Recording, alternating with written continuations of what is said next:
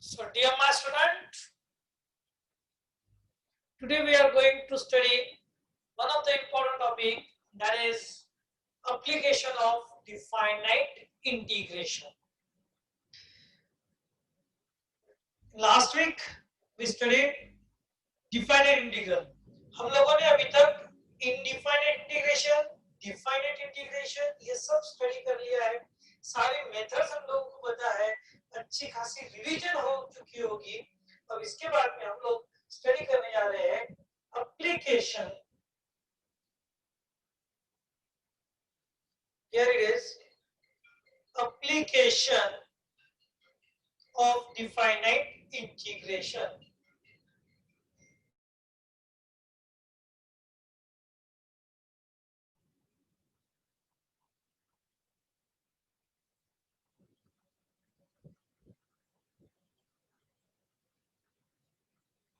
Okay, अब इस application of definite integration में क्या है? तो वैसे तो डिफाइनेट इंटीग्रेशन के बहुत सारे एप्लीकेशन है, लेकिन हमारे सिलेबस में इस डिफाइनेट इंटीग्रल का सिर्फ एकमेव एप्लीकेशन है, वो है area under the curve. Okay, यानी क्या? तो देखो, अब तुम लोगों को पता है कि एरिया निकालना है, लेकिन एरिया किसका निकालना है उसके फॉर्मूले होने चाहिए. जैसे एग्जांपल के तौर पे अब एरिया अगर बात करें तो एरिया ऑफ ट्रायंगल, उसके फॉर्मूले होते हैं खुद के, एरिया ऑफ ट्रायंगल के. अब वो ट्रायंगल भी कौन सा है उस पर डिपेंड है. इक्विलेटरल ट्रायंगल है तो डायरेक्ट फॉर्मूला है, अदर ट्रायंगल है तो हाफ बेस साइड है, या और भी दूसरे दो तीन फॉर्मूले हैं. फिर एरिया ऑफ रेक्टेंगल मतलब quadrilateral, square, parallelogram and so on, ऐसे बहुत सारे होते हैं, है ना. फिर इसके बाद में हम लोग एरिया ऑफ सर्कल मतलब फिगर की बात करें तो सर्कल, इलिप्स के भी पता है. लेकिन अगर तुम्हें बोल दिया कि area of curve y equal to some fx दे दिया, लाइक एग्जांपल के तौर पे x square minus 4x plus 3 दे दिया, और बोला कि x इक्वल टू 1 और x इक्वल टू 3 और x एक्सिस ये चार हो गए, मतलब like that one, x axis इस तरह से, x इक्वल टू 1 ये लाइन और x इक्वल टू 3 ये लाइन, और इसके बीच में का एरिया निकालो. तो हमारे पास कोई फॉर्मूला नहीं है.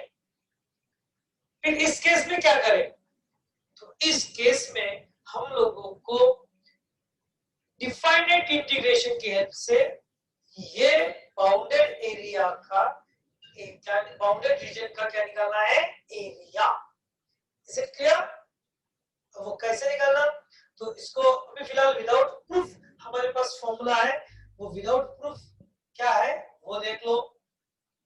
ठीक है, तो फर्स्ट ऑफ ऑल मैं यहां पर लिख दूं कि एरिया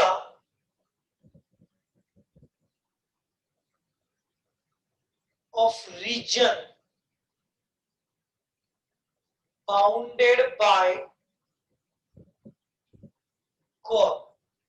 ओके, अब कर्व कौन सा? तो फर्स्ट केस देखो, उसमें अब y equal to fx curve, साथ साथ में यहां पर x equal to some number a, x equal to b and x axis. ध्यान से देखना. और इस केस में हम सपोज करके चलते हैं, अज्यूम करके चलते हैं कि that curve is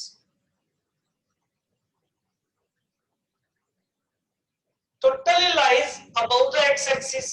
जरूरी है कर्व है, वो कर्व कहां से कहीं पे भी हो सकता है, अबव भी हो सकता है, वो बिलो भी हो सकता है. x एक्सिस, सपोज ये x एक्सिस लेके चल रहा है, तो ये कर्व है above x axis like that, और specially x equal to a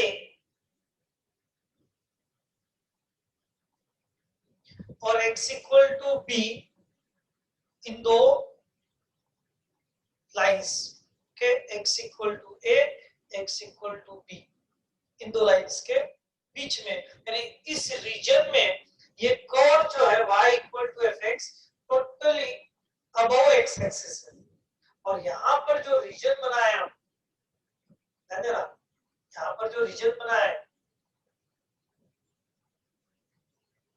इस रीजन का हमें एरिया चाहिए। तो डिफाइनिट इंटीग्रल क्या कहता है, इसका एरिया निकालना हो तो integral from a to b fx dx, क्योंकि यहाँ पर जो कर्व है वो y इक्वल टू के फॉर्म में, y इक्वल टू fx है, ध्यान से देखो, और with respect to x axis है, इसलिए इसका एरिया निकालने का सबसे सिंपल तरीका होगा a is equal to integral from a to b fx dx, correct, totally about the x axis है, इसलिए देखो x एक्सिस y एक्सिस कहीं पे भी हो, it doesn't matter, y axis कहीं पे भी हो सकती है, कोई प्रॉब्लम नहीं, y एक्सिस यहाँ पे भी हो सकती है ऐसी, या y एक्सिस यहाँ ना होते हुए यहाँ पे भी हो सकती है,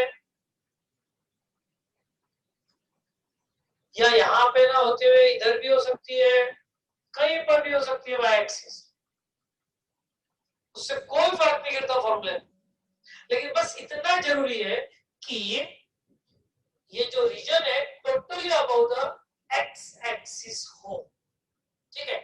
लेकिन अगर नहीं रहा तो सोचो, अगर एक्स एक्सिस का वो नहीं रहा तो कोई बात नहीं, उसके लिए हम लोग के पास और एक फॉर्मूला है, एक्चुअली है ये फॉर्मूला, बस इसमें एडजस्टमेंट रहेगी। Now second case, y equal to fx, again x equal to a, x equal to b, and here x axis, but in this case we are consider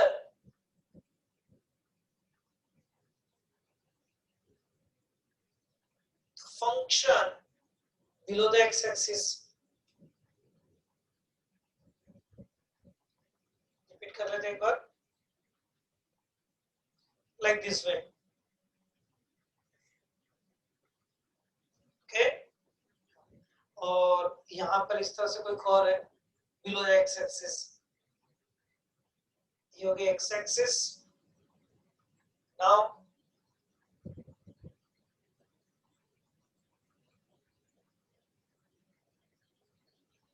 इस तरह से दो lines,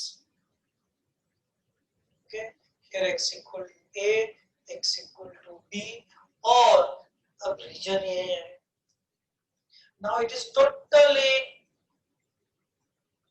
below the x axis, इस case में क्या करना है, इस केस में क्या करना है, तो इस केस में हम लोग क्या करेंगे,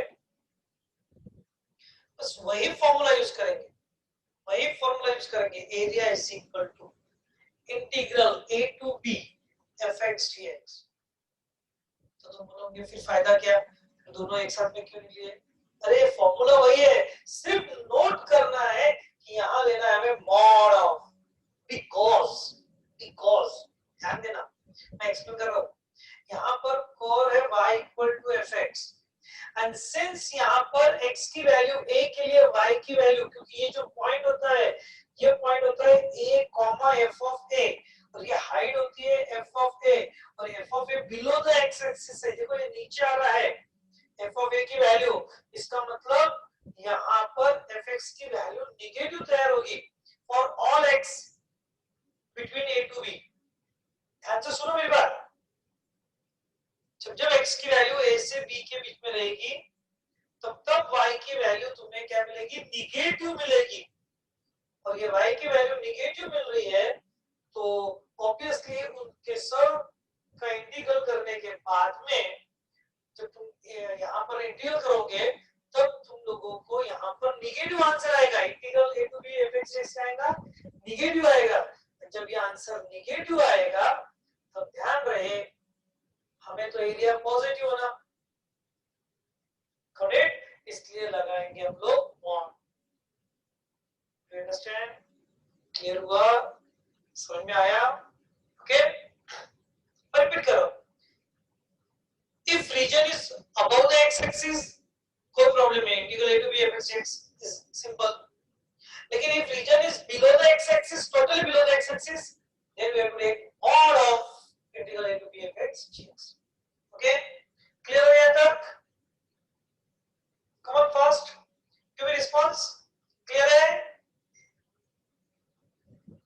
ओके ना, अब ये तो हो गया रिलेटेड एक्स एक्सिस, लेकिन थर्ड केस देखो, in that third case if the core is x equal to g of y, now y equal to c to y equal to d, okay, और साथ साथ में हम लेंगे y एक्सिस,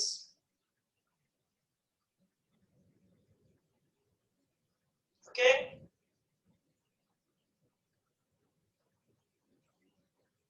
ओके, हाँ, x equal to g of y, y equal to c, y equal to d और y axis. मतलब अगर मैं इसके डायग्राम बनाने की कोशिश करूं तो कैसे बनेंगे डायग्राम, सोच के देखो। ये होगी हमारी y एक्सिस, करेक्ट। कोर कहां रहेगा, curve either totally right side रहेगा, ओके।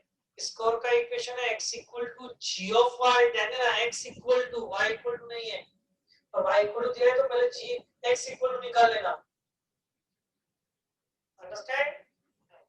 उसके बाद में suppose this is the line,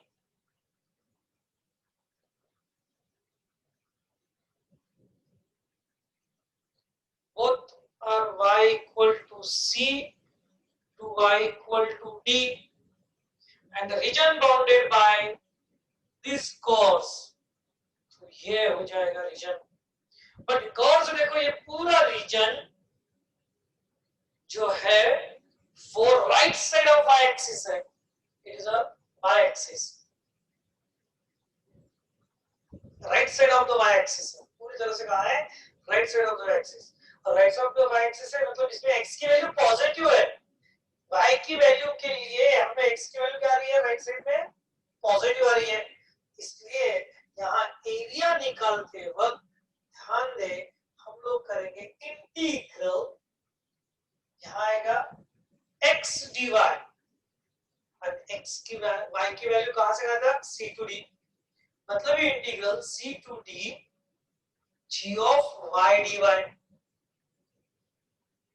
okay, g of y dy, integral c to d x dy, हां ध्यान देना with respect to y axis रहा तो याद रखना x dy। यहां मैं एक बार रिपीट कर दूं, इसी फॉर्मूले को तुम ऐसा लिख सकते हो, a is equal to integral a to b with respect to x है मतलब y dy, above x axis है इसलिए y dy ओनली पॉजिटिव, और यहां पर ध्यान दो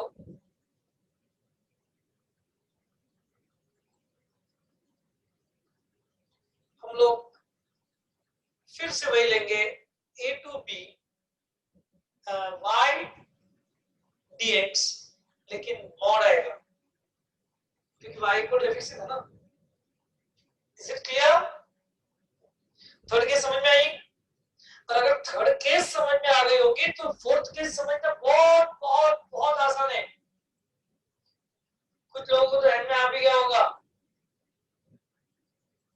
if suppose core is x equal to z of y, y equal to c, y equal to d and y axis again, but this time the core is on left side of the y axis, ये जो core है, very good Aryan, very good Siddhesh, इस बार core क्या है, left side में है, और इस केस में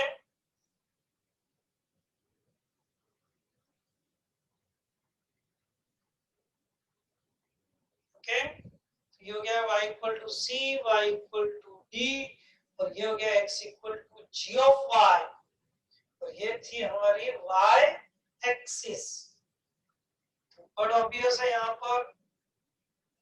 और रीजन कौन सा है, तो ये रीजन है वो जिसका हमको एरिया निकालना है,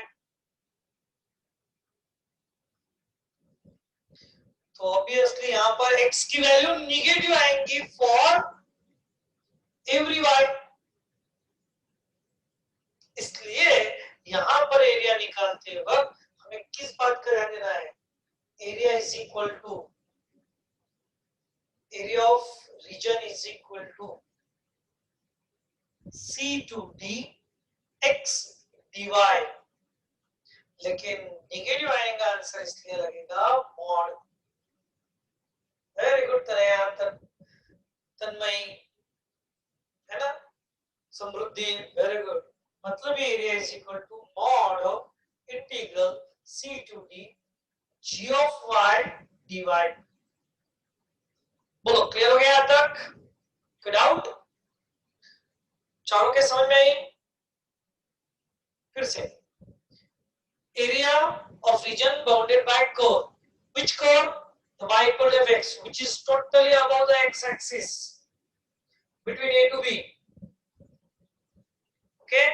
और एक बार इसको अगर हम लोग देख ले तो ध्यान में आ जाएगा कि एरिया निकालने के लिए फॉर्मूला क्या है? a to b fx dx, fx है y, और यहाँ पर अबव है इसलिए नो प्रॉब्लम, पॉजिटिव आंसर आएगा। लेकिन यही एरिया बिलो रहा तो नेगेटिव आंसर आएगा, इसलिए लगाएंगे मॉड। तो तुम नोट करो यहाँ with respect to x axis आ गया एरिया, तो हम लोग विथ रिस्पेक्ट टू एक्स करेंगे, मतलब अंदर y आएगा, यानी x की टर्म आएंगी।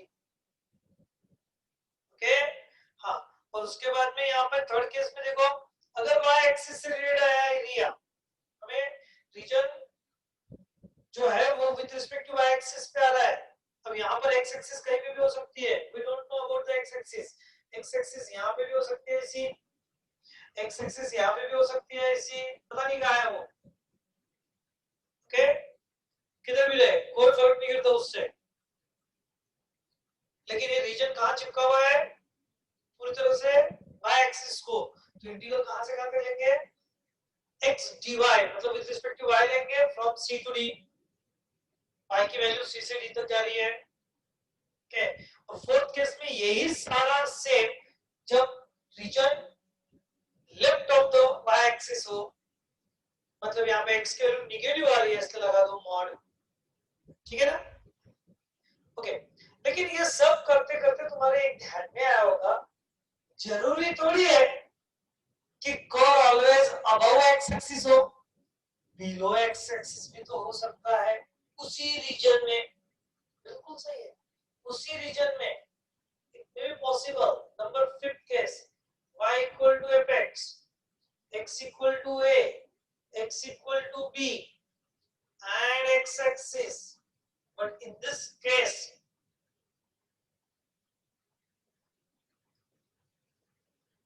this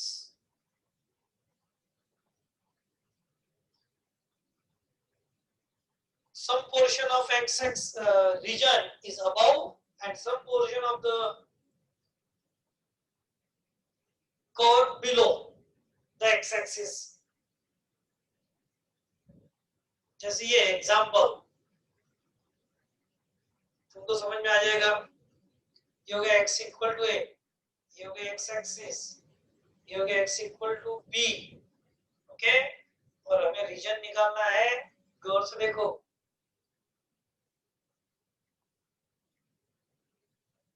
and we can say यहाँ पर हुआ x इक्वल टू a से b तक some region is above the x-axis and some part of the region is below the x-axis। अब इस केस में क्या करेंगे, बड़ा प्रॉब्लम आ गया। तो ऑब्वियसली जब कुछ ऊपर रहेगा पोर्शन और कुछ बिलो रहेगा तो यहाँ पर कहीं ना कहीं तो ये कर्व इंटरसेक्ट होगा x-axis को, तो ऐसे वक्त हमें यूज करना है कौन सी प्रॉपर्टी, कौन सी प्रॉपर्टी, पॉसिबल तो है ना, कौन सी प्रॉपर्टी? Breaking property. कौन सी प्रॉपर्टी? Breaking property. अब ब्रेकिंग प्रॉपर्टी क्या होगी? देखो इट्स वेरी सिंपल, और तुम थोड़ा सा अगर कंसंट्रेट करो तो तुमको ध्यान में आ भी दिख गया होगा कि यहाँ का एरिया निकालते वक्त हमें निकालना पड़ेगा a to c y dx, क्योंकि वही है, and plus c to b y dx, है ना, a to c and c to b. Very good Aryan, Anuja, Rishi, very good, Rutuja. हाँ, तो ये प्रॉपर्टी लगेगी, लेकिन तुम्हें पता है ए से सी में ये अबाउ द एक्स एक्सिस है, इसलिए नो प्रॉब्लम, यहाँ कुछ भी नहीं चाहिए।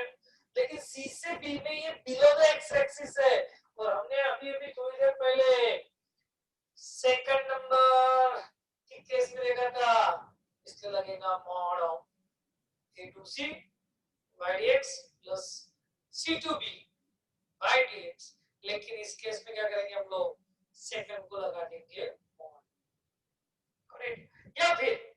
या फिर कभी ऐसा आ गया, इस केस में क्या करूं, जो पोर्शन नीचे है यार उसको लगा देंगे।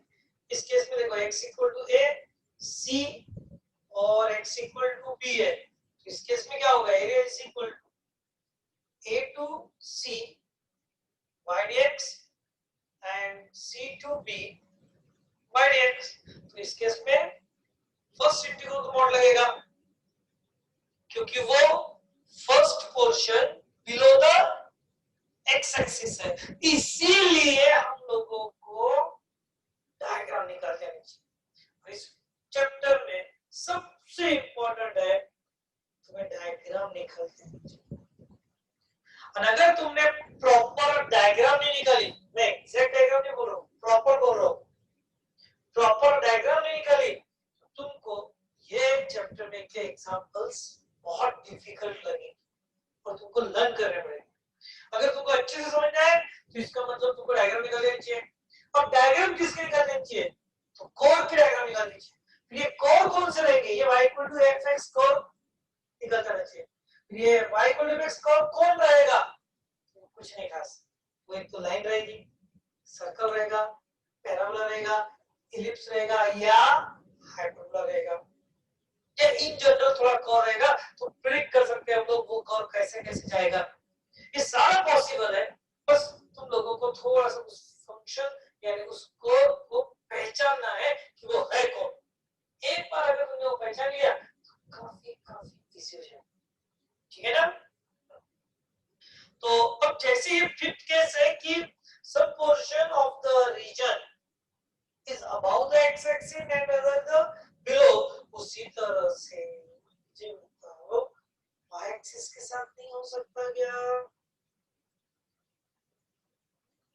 6 नंबर की केस जिसमें x equal to g of y equal to c, y equal to d and y axis, और इस केस में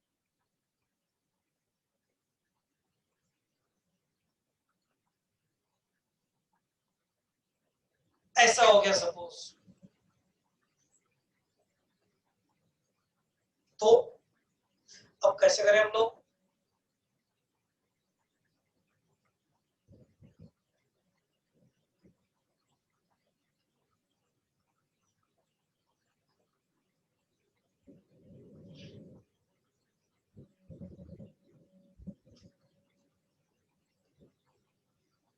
ये हो गया suppose y equal to d, ये हो गया y इक्वल टू c, ये पॉइंट हम लोग ले लेते हैं t, कोई फर्क नहीं करता यार, कोई भी होगा। हाँ वेरी गुड, वेरी गुड, बढ़िया आंसर आ रहा है। अब मुझे चाहिए एरिया, ये पोर्शन आएगा, ये पोर्शन आएगा, ओके। और ये कोर का इक्वेशन क्या है होगा, तो x equal to g of y। तो एरिया निकालने के लिए हम फॉर्मूला यूज कौन सा करेंगे, area is equal to integral, कहां से कहां तक, ऑब्वियसली नीचे से ऊपर जाएंगे, लोअर वैल्यू से हायर वैल्यू की तरफ, c2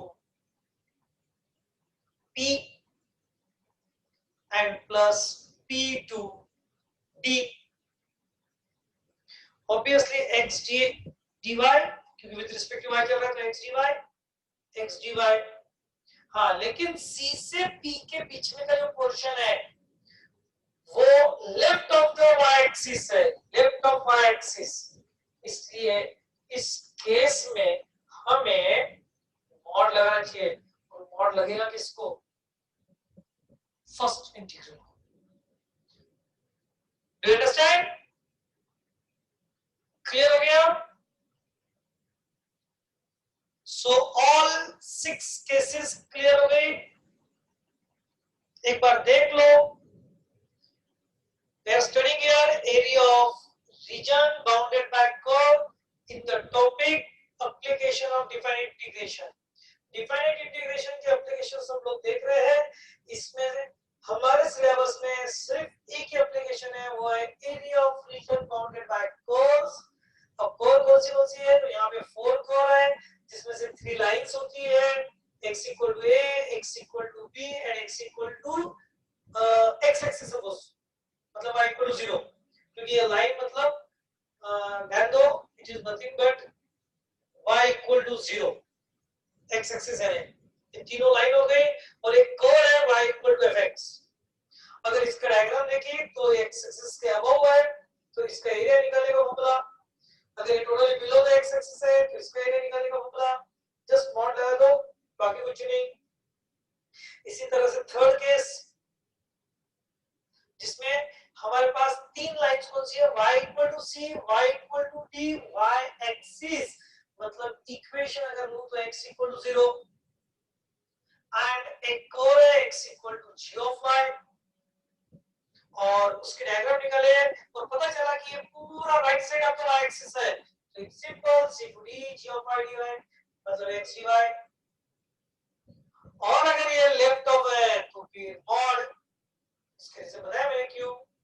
लेकिन हर बार हमने सोचा वैसा नहीं होगा, कुछ पोर्शन अबव रहेगा, कुछ पोर्शन बिलो रहेगा, तो उस केस में हम लोग उसको स्प्लिट करेंगे, प्रॉपर्टी नंबर 3 लगाकर ब्रेक करेंगे, a to c, c to b, और जो पोर्शन बिलो है उसको लगाएंगे मॉड, क्योंकि area never negative.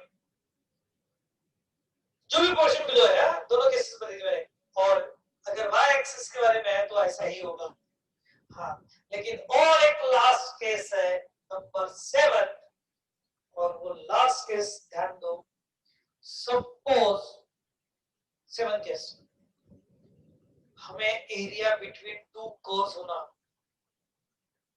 Now area between, area of region between 2 curves, of course area of reason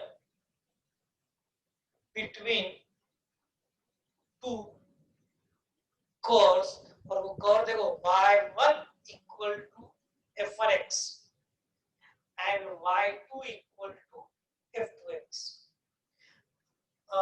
एक काम करेंगे हम लोग, थोड़ा और इजी करने के लिए मैं ऐसा देता हूं, y1 equal to f1x and y2 equal to g of x। यानी अब इस तरह से सपोज ये कोर आई है, इस तरह से जो y1 है फर्स्ट कोर, और सेकंड कोर इस तरह से जा रही है जो y2 equal to f2 g of x है, और x एक्सिस यहां कहीं तो भी है नीचे, ये y एक्सिस इधर कहीं तो भी नीचे। ओके, इस तरह से। और अब चाहिए हमें area between this two curve. अब मुझे इसके बीच में का एरिया चाहिए, अब ये एरिया निकालना है मुझे। अब ये एरिया यानी ये रीजन ना एक्स एक्सिस को टच है ना ये वाई एक्सिस को टच है, फिर अब कैसे निकालें? क्योंकि हमने ये जितने भी फॉर्मूले देखे इसमें ये रीजन आइदर एक्स एक्सिस को टच होना पूरी तरह से या वाई एक्सिस को टच होना। ये तो आ गया, बड़ा प्रॉब्लम आ गया। अब इस केस में करना क्या? सिंपल वन, देखो क्या करना चाहिए।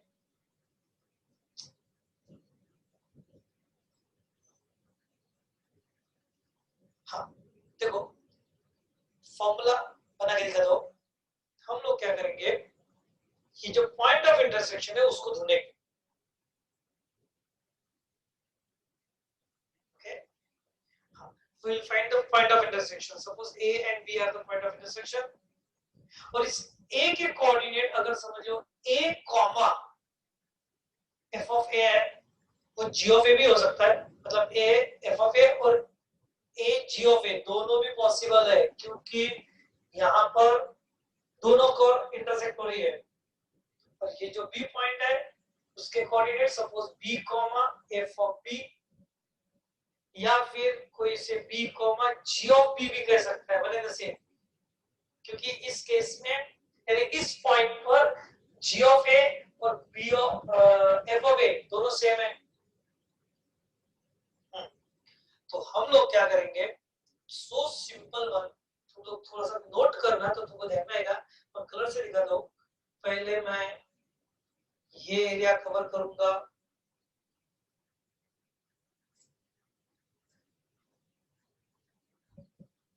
अब ये एरिया कवर करने के लिए कौन सा फॉर्मूला यूज करना पड़ेगा मुझे, तो I call A1 and it is from of course कौन सा पॉइंट है A to B, तो कहां से कहां तक आएगा ध्यान देना, A to B, और कौन सा कर्व लिया मैंने y1 dx, ऊपर वाला कर्व, समझ रहे हो ना। अब दूसरा एरिया ध्यान देना,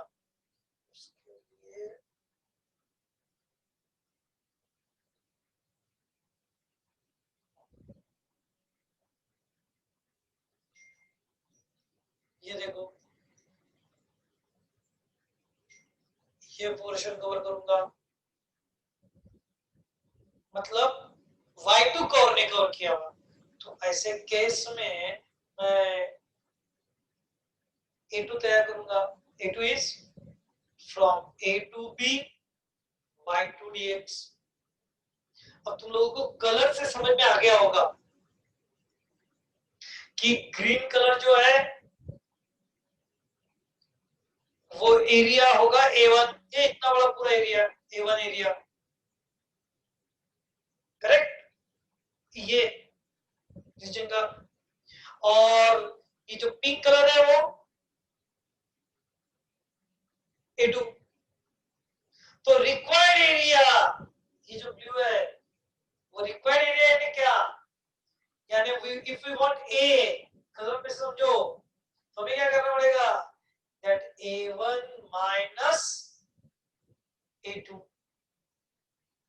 देखा अपना प्रॉब्लम कितना रंग बिरंगी वाला डिफरेंट है ना, कलरफुल है। Is it clear? इसका मतलब simply we can write like that, the required area is equal to integral A to B y1 minus y2।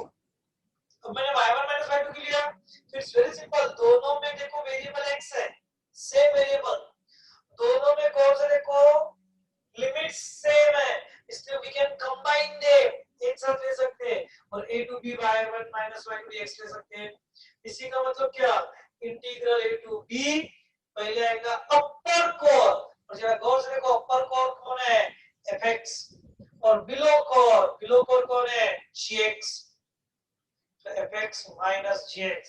यानी तुम्हें पहले ऐसे प्रॉब्लम में तुम्हें पता होना चाहिए कि अपर कोर कौन सी आ रही है, बिलो कोर कौन सी आ रही है। जब तक तुमको अपर कोर और बिलो कोर का नॉलेज नहीं रहेगा तो कर नहीं पाओगे सब्ट्रैक्शन, और रॉन्ग हो जाएगा।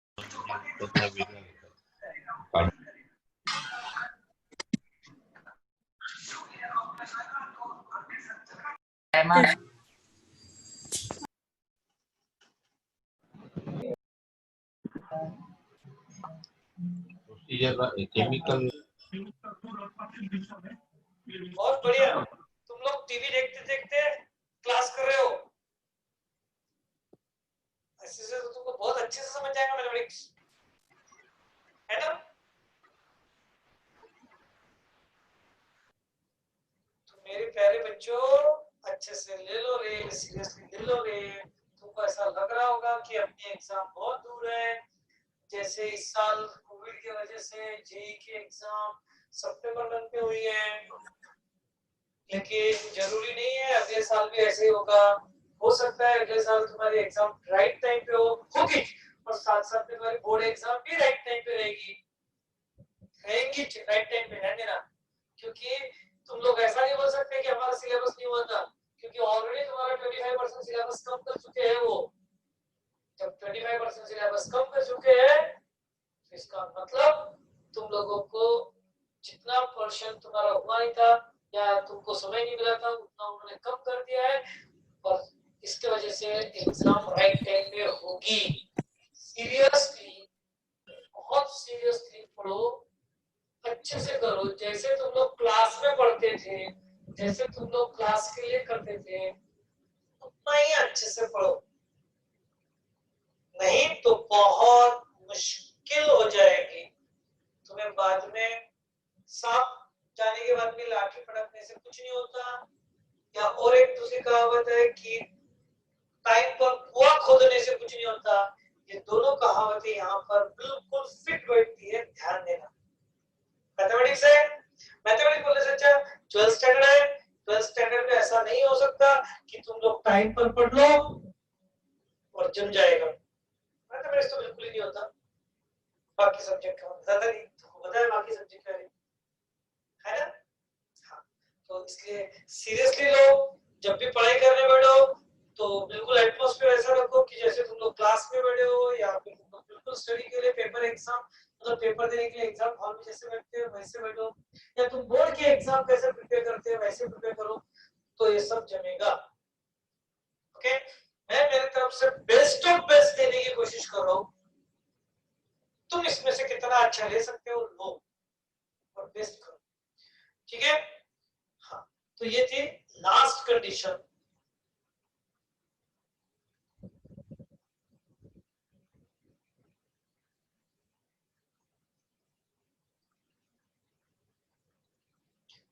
तो इस तरह से यहां पर हम लोगों ने देखा है area of region between the two curves, वो क्या आएगा a to b fx minus g of x। Clear हो गया? कोई डाउट है यहां तक? कम ऑन फास्ट, चलिए देख लो।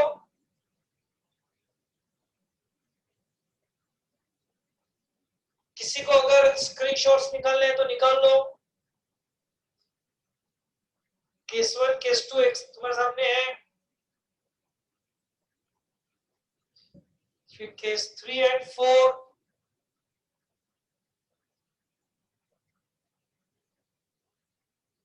फिर 5 एंड 6। पहले फाइल ले लो ये पूरी, फिर ये 6 नंबर की case, and now this is the number 7th, है ना?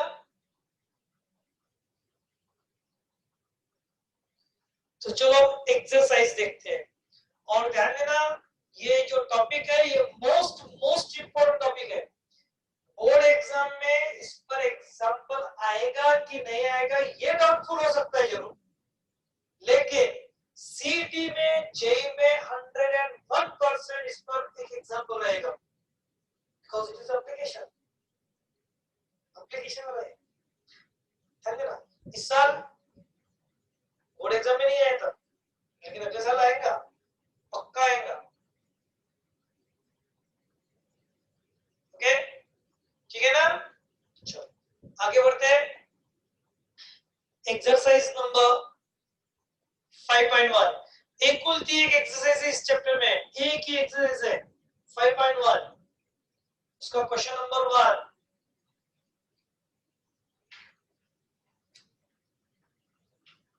देखो question number 1, find the area of the region bounded by the following curves x axis and the given lines। Okay, तो इसमें से जो क्वेश्चन नंबर फर्स्ट में जितने भी है ना, इसमें तुम लोगों ने ये 2 मार्क के लिए एग्जाम में आते हैं, और ये 2 मार्क के जो प्रॉब्लम होते हैं इसके अंदर डायग्राम तुमने अगर नहीं भी निकाली तो डायरेक्ट शुरू हो गए तो भी चलता। यहाँ पे कर्व दिया हुआ है y equal to 2x, x equal to 0, y equal to 5, और क्वेश्चन में पहले ही मेंशन कर दिया है x axis.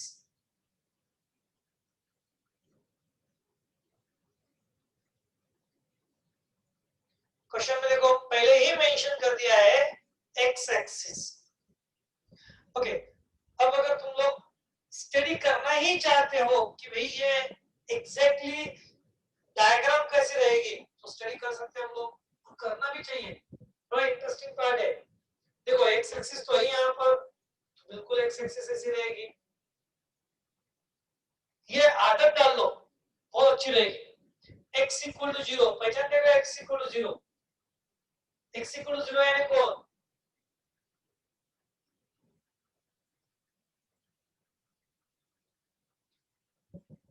X equal to 0 यानी कौन, good, it is a y axis, good. और हाँ यहाँ पर करेक्शन है, मेरा ही गलत हो गया था, sorry, it is x equal to 5, x equal to 0, x equal to 5। Okay, ये हो गई लाइन जिसे हम बोलेंगे x इक्वल टू 0, ये हो गई x एक्सिस, ठीक है। अब एक और लाइन चाहिए जो है x इक्वल टू 5, तो समझ लीजिए x इक्वल टू 5 लाइन है ना, और ये x equal to 5 line, okay. और y इक्वल टू 2x, इसके बारे में पहचानो, बोलो ये इक्वेशन किसका है, या इस इक्वेशन से तुम्हें कौन सी डायग्राम ध्यान में आ रही है, जिसकी ये स्टडी है उसके लिए चैप्टर बहुत इजी है। बोलो y इक्वल टू 2x, कौन है ये, सर्कल है, पैराबोला से, पैराबोला है, वेरी गुड आर्यन ओझा, पैराबोला है y इक्वल टू 2x। बेटा तेरा चरण बता, तेरे को ऑनलाइन प्रणाम करता मैं, पैराबोला का इक्वेशन ऐसा रहता, हाँ Sujal very good, Tanmay very good, Rituja very good, Parth, Sanika, Janvi, good. अरे y equal to 2x is a line passing through origin, line passing through origin, यानी वो लाइन ऐसे रहेगी, passing through origin like that, और इसका इक्वेशन रहेगा y equal to x। और अब हमें चाहिए एरिया बाउंडेड बाय क्या, y equal to 2x, x axis, और y इक्वल टू 2x बोले तो ये, x एक्सिस बोले तो ये, x इक्वल टू 0 बोले तो ये, y equal x equal to 5 बोले तो ये, और इनके बीच में का एरिया कौन सा है बाबा, ये समझ रहे हो ना, ये एरिया,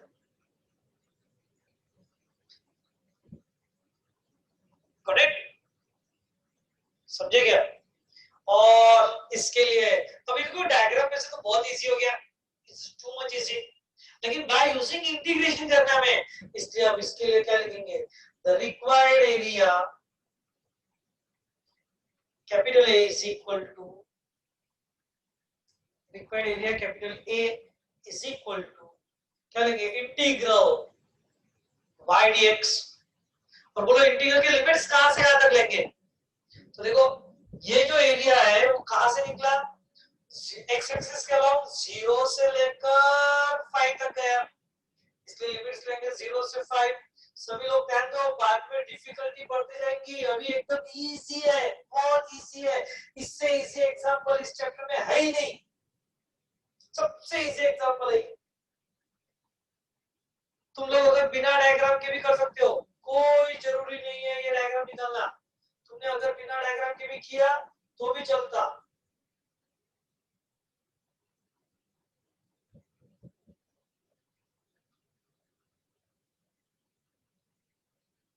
बिना डायग्राम के कोई जरूरत नहीं है, तो भी चलता, लेकिन फुल नॉलेज के लिए तुम लोग डायग्राम निकालो, ज्यादा अच्छा रहेगा, है ना। और इसका आंसर निकालेंगे आप, तो ऑब्वियसली 0 to 5 और y यानी 2x dx, इंटीग्रल करो, it is x square, okay, 25 minus 0, 25 square units.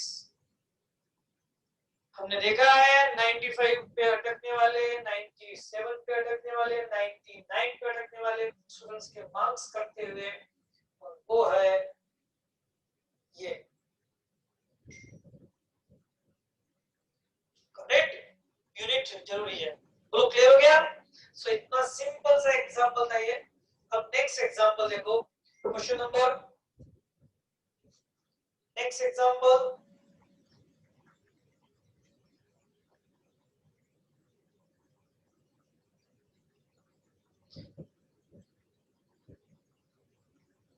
अब इसमें से थोड़ा अलग वाला कर लेते हैं। नंबर 7, फर्स्ट का 7, the curve is y square equal to 16x, x equal to 0, x equal to 4,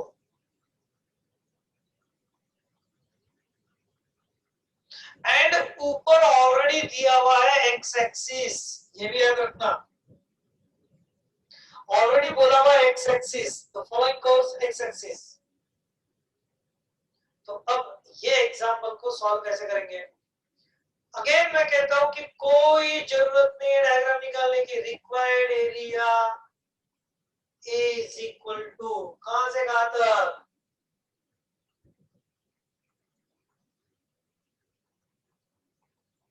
कहां से कहां तक? 0 से 4 तक, और अंदर क्या आएगा? y dx, और यहां पर y square equal to 16x है, तो यहां पर y की वैल्यू क्या? प्लस माइनस 4x के only 4x, plus minus 4x के only 4x। Come on fast, सोच के बताना।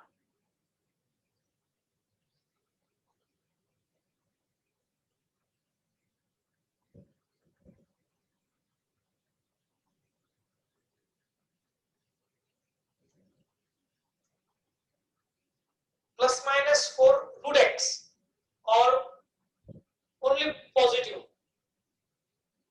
तो ओनली पॉजिटिव, क्योंकि यहाँ पर कर्व्स देखो x इक्वल टू 0 से लेकर x इक्वल टू 4। देखो ये खास करके उन लोगों के लिए बहुत डिफिकल्ट चैप्टर हो जाएगा जिनको लाइन के बारे में समझता नहीं है, या जिनको ये पढ़ते नहीं आता, ये समझता नहीं कि x इक्वल टू 0 कौन है। तुम्हें याद आना चाहिए x इक्वल टू 0 यानी y axis, x equal to 4 यानी a line parallel to y axis, फिर दिखना चाहिए हवा में y axis y equal to 4x, समझे क्या?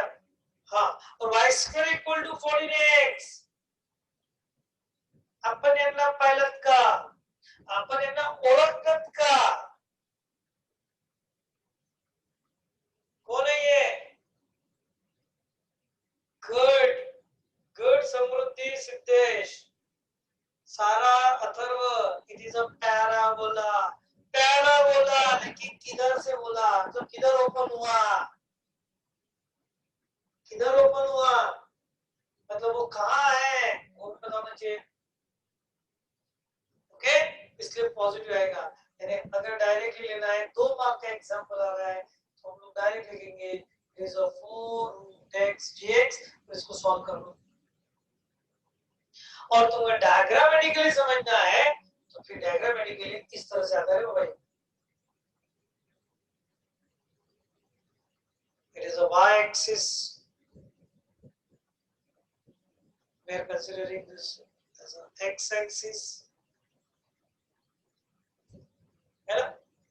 x एक्सिस हो गई, ये y एक्सिस हो गई, और ये y एक्सिस है, मतलब ही इसका इक्वेशन x इक्वल टू 0 है। और एक ये पैराबोला, अब पैराबोला किधर रहता है बाबा? जरा सोचो, पैराबोला ये ऐसा रहेगा इधर,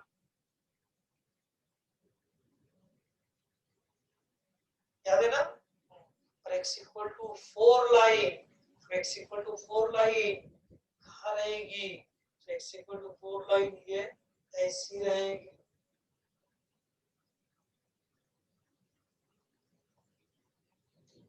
got it, x equal to 4। और ध्यान दो थोड़ा सा सिमेट्रिक रहता है ना, पता है ना, जितना ऊपर उतना ही नीचे, जितना ऊपर उतना ही नीचे, मतलब ये कर्व ऐसा आएगा, मेरी भावनाओं को समझो।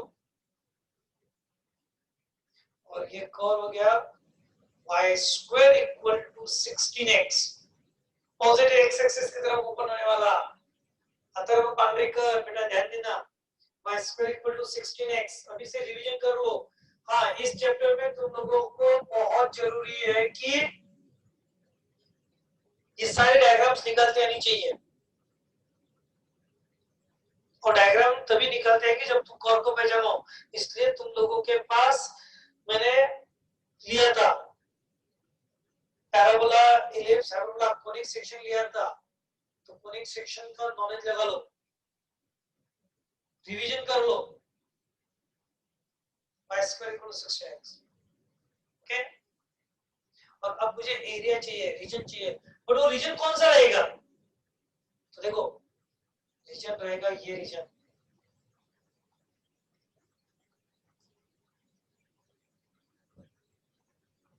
ओनली ये रीजन।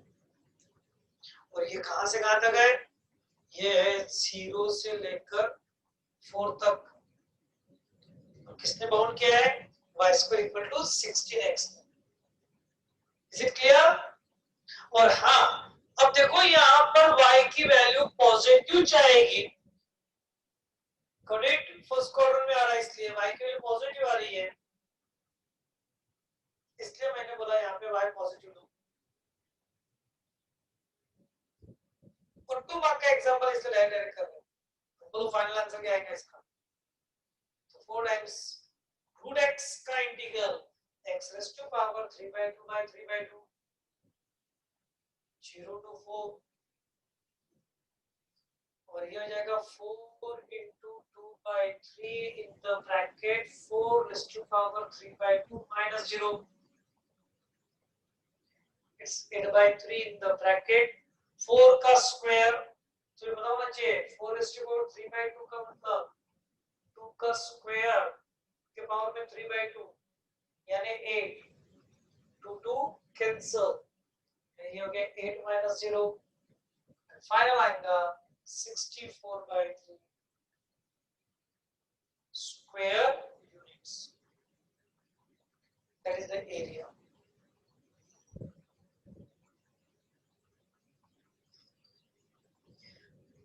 बेटा चिराग कैलकुलेटर का यूज नहीं करना है, ध्यान देना। प्रियांश बेटा कैलकुलेशन कर दो, 2 में से 1 मार्क कट गया, देखो 2 मार्क का एग्जांपल रहेगा ये, इससे ऊपर नहीं आएगा। बोलो यहाँ तक क्लियर हो गया? मैं रिपीट कर रहा हूँ, क्वेश्चन नंबर फर्स्ट के दोनों एग्जांपल, दोनों एग्जांपल पे डायग्राम बिल्कुल जरूरत नहीं थी, क्वेश्चन नंबर 1 पे डायग्राम की जरूरत नहीं है। अब तुम बोलोगे हमको कैसे समझेगा, तो it's very simple, it's very simple. कैसे सोचना देखो, मुझे बताओ x की वैल्यू 0, इसमें पुट करो तो y की वैल्यू क्या आई? 0। x की वैल्यू 5 तक कोई भी नंबर लो, 1 डालो पॉजिटिव चाहिए, 2 डालो पॉजिटिव चाहिए, 3 डालोगे y की वैल्यू पॉजिटिव है, इसका मतलब ये curve 100% above the x axis है पे चलिए, इसलिए डायग्राम की जरूरत नहीं है। लेकिन तुम्हारे दिमाग में अच्छे से बैठना चाहिए, दिलो दिमाग में बैठना चाहिए, मैं इसलिए मैंने डायग्राम के साथ बताया। ओके, ये देखो ये डायग्राम में भी देखो x इक्वल टू 0 पहचान लिया आपने, y एक्सिस होती है, x इक्वल टू 4 पता है आपको, y एक्सिस से पैरेलल लाइन है x axis, y square equal to 16। और एक इंपॉर्टेंट चीज ध्यान दो, बहुत इंपॉर्टेंट चीज ध्यान दो, अगर ये एग्जांपल में क्वेश्चन ऐसा आया, ध्यान देना रे बाबा, इंपॉर्टेंट वन, क्वेश्चन ऐसा आया, या हम लोग को लेके एक्स्ट्रा एग्जांपल आ देना, extra example, find area of region, ध्यान देना, area of region bounded by curve y square equal to 16x, y square equal to 16x and x equal to 4। तो इसका एरिया आंसर क्या आएगा? तो इसका आंसर क्या आएगा?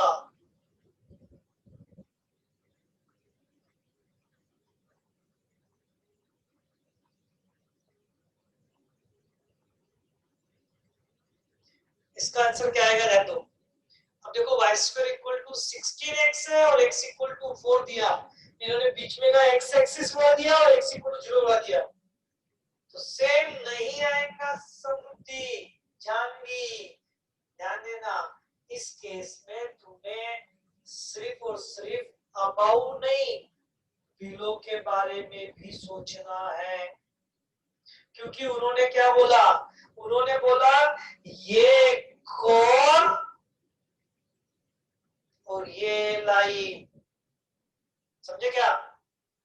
क्लियर हो क्या? ये कौन और ये लाइन के बीच में का एरिया होना मतलब पूरा होना। और वो कितना आएगा?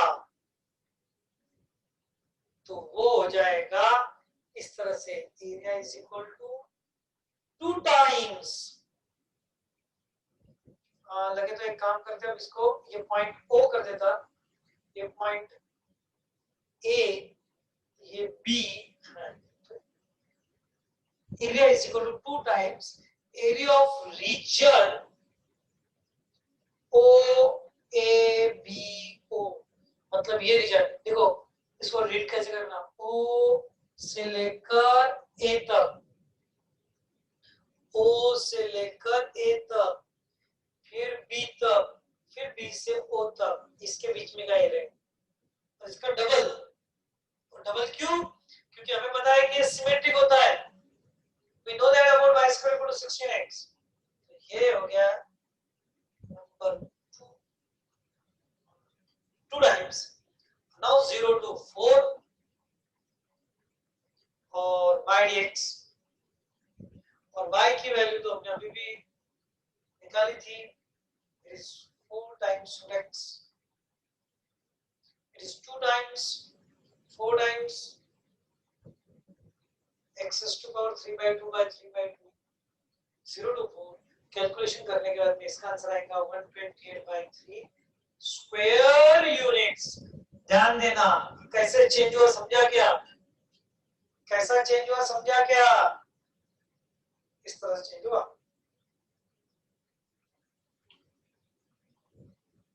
ओके। तो इसीलिए बहुत केयरफुली, इसीलिए मैं कह रहा था डायग्राम चाहिए। थोड़ी सी ट्विस्ट कर दिया, प्रॉब्लम चेंज।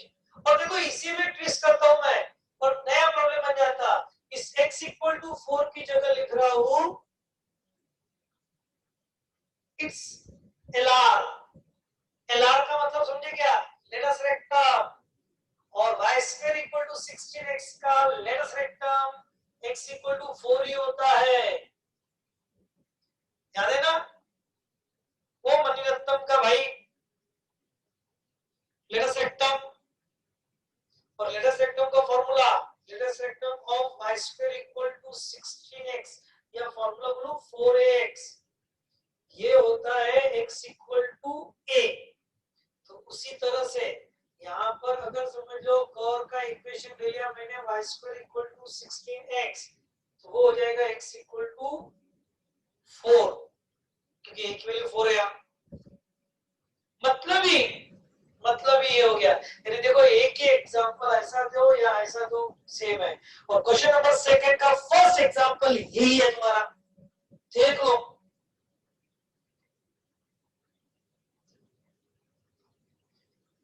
और अब समझ में आएगा इसकी थोड़ी डिफिकल्टी लेवल, कि हमें एकदम इजी नहीं लेना है छोटे से एग्जांपल, बहुत छोटे छोटे एग्जांपल आएंगे लेकिन डेप्थ रहेंगे। यानी क्वेश्चन को पढ़ने के बाद में सोचना पड़ेगा ये कौन सा कर्व है, ये कहां जाएगा, इसके साथ में जो लाइंस दी हुई है वो कहां रहेगी, पैरेलल टू एक्स एक्सिस है कि पैरेलल टू वाई एक्सिस है, ये सारी स्टडी हमको करनी पड़ेगी। Okay fine. तो आज हम लोग यही रुकेंगे। तुमको कोई डिफिकल्टी हो अदरवाइज हम लोग आज यहीं रुकेंगे। S Siddhesh, very interesting chapter है ना, और इसीलिए तो वो कॉम्पिटिटिव एग्जाम में आता है। हमारे स्टेट बोर्ड वाले दूर भागते इससे।